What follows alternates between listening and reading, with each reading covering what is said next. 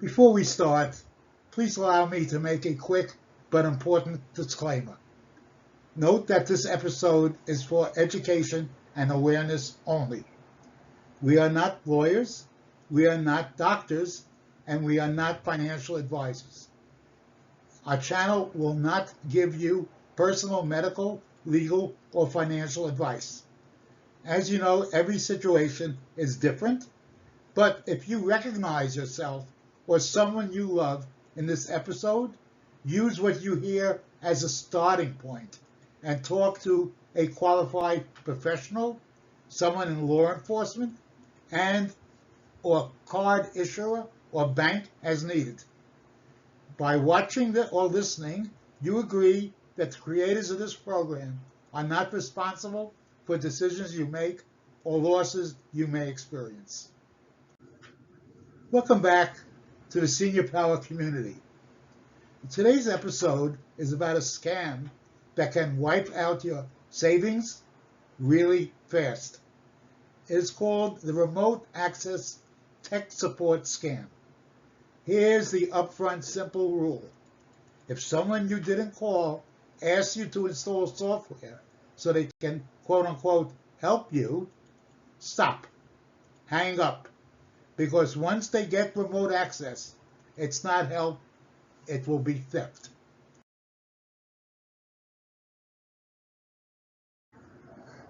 Remote access is when someone controls your computer from somewhere else. And you'll notice that while this is occurring, your mouse moves, your windows open, things get typed, you're watching, but they're driving. Scammers love this because they don't need your password right away. First they get inside, then they take what they need, including the passwords, bank logins, and other types of control. And the reason seniors get targeted is simple.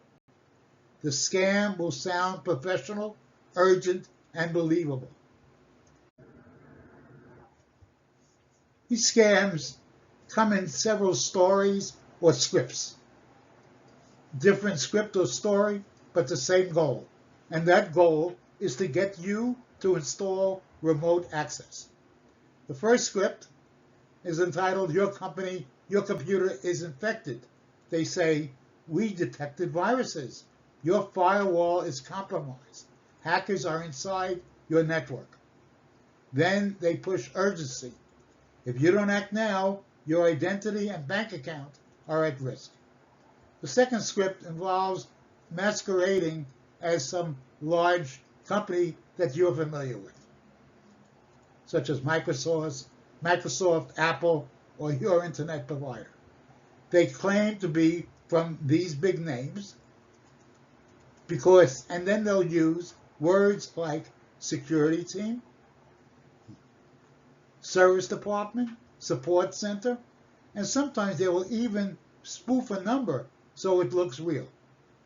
The third is the so-called refund scam, which is a classic. They say you're owed a refund, often from outfits like Geek Squad, Norton, Amazon, Microsoft, or your internet plan.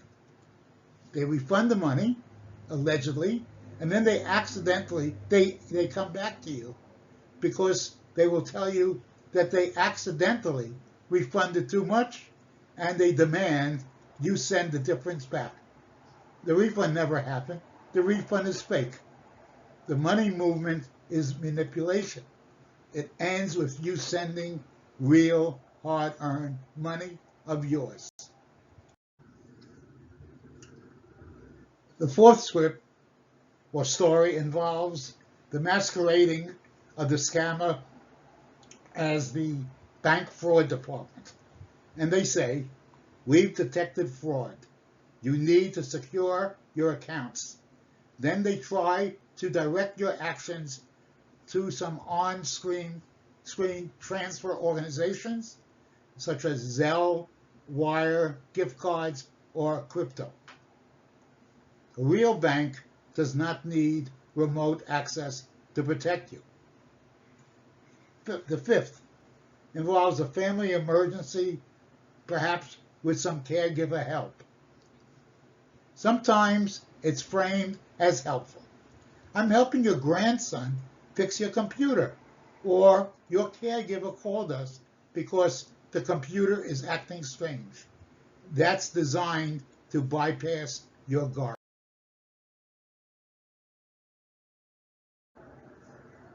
The red flags you should definitely be on the watch for. These scams have repeating warning signs. If you hear even one of these, treat it as a scam. You didn't initiate the contact. You get a cold call, a pop-up message, a random text, an email. If you didn't start it, don't trust it. Secondly, creation of urgency and fear. Act now. Don't wait. Your money is at risk. Fear makes people click the message. Secrecy. Don't tell your bank. Stay on the line. Don't talk to your family. That's the scammer isolating you. They want you to install something, of which there are a variety of types, called AnyDesk, TeamViewer, UltraViewer, other remote software, Quick Assist, or any other. Legitimate support doesn't demand you install software from a stranger who contacted you. Payment methods that are hard to reverse are the ones that are favored by the scammer, which includes gift cards, cryptocurrency, wire transfers, courier pickup, or the sending of cash. That's not a normal business. That's a scam.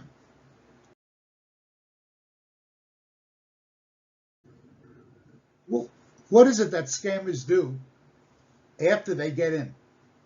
Once they control your computer, here are some potential things which might happen. They open your browser and immediately search for your bank. They capture what you type, usernames, passwords, security answers. They may change settings so that you can't even log in later. They can set up new payees, add Zelle recipients, or even schedule transfers. They can open your email to intercept confirmation codes. They may move money between accounts to confuse you. They might even lock your machine and demand payment to unlock it. Some will also, quote unquote, prove they're real by showing scary screens or fake locks.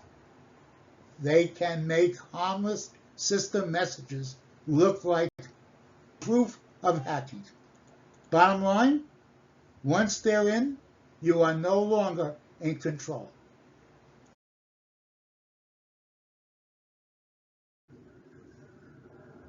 Let me share with you our response to those activities.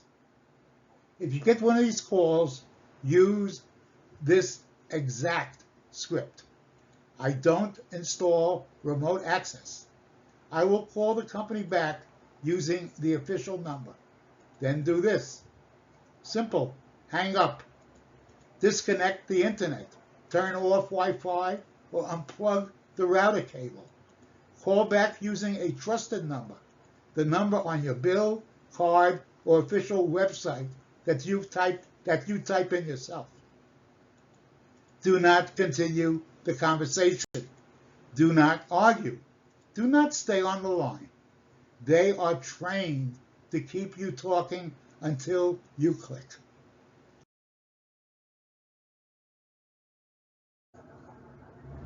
If you already installed remote access, now what? Okay, if you already installed something, please don't panic. You must act fast. Here's the immediate checklist. Disconnect from the internet now. Turn off Wi-Fi, unplug the Ethernet, power off the router if needed. Power down the computer. Shut it off. If you're actively being controlled, shut it down. Call your bank using a trusted number. Ask for the fraud department. Tell them, I allowed remote access and I believe my accounts may be compromised. And then request to freeze any transfers that you have. Review your recent activities. Change your online banking credentials. Add extra verification step. Consider new account numbers, even if needed. Change passwords using a different device, not the one you're on now. Use your phone or another computer you trust. The order should be start with your email, then bank account, then places like Apple, Google, and Amazon, and any password manager that you're using. Scan and remove remote access tools. If you can do it safely, uninstall the remote access program. If you're not confident, make sure you get help from a trusted local technician, someone you choose, not someone who contacted you. And then watch for follow-up scams. If they got you once, they may try again. They call themselves the recovery service, the refund correction, and they say, we can get your money back. That can be a second scam.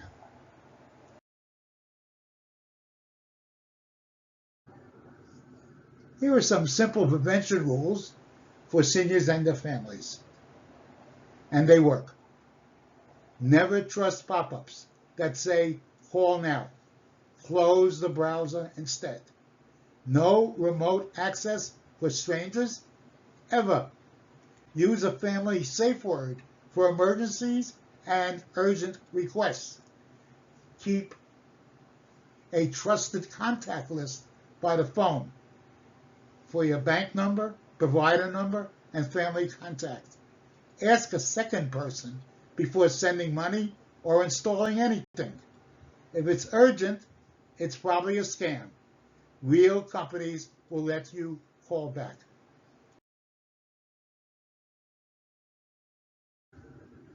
Remote access scams don't work because you're careless. They work because they're criminals and are professional manipulators. Remember the rule. If you didn't initiate the contact and they want you to install software, stop, hang up, and verify. This is a Senior Power community. Our tagline is information plus knowledge equals senior power. If you found this helpful, share it with one senior and one caregiver. It could prevent a major loss.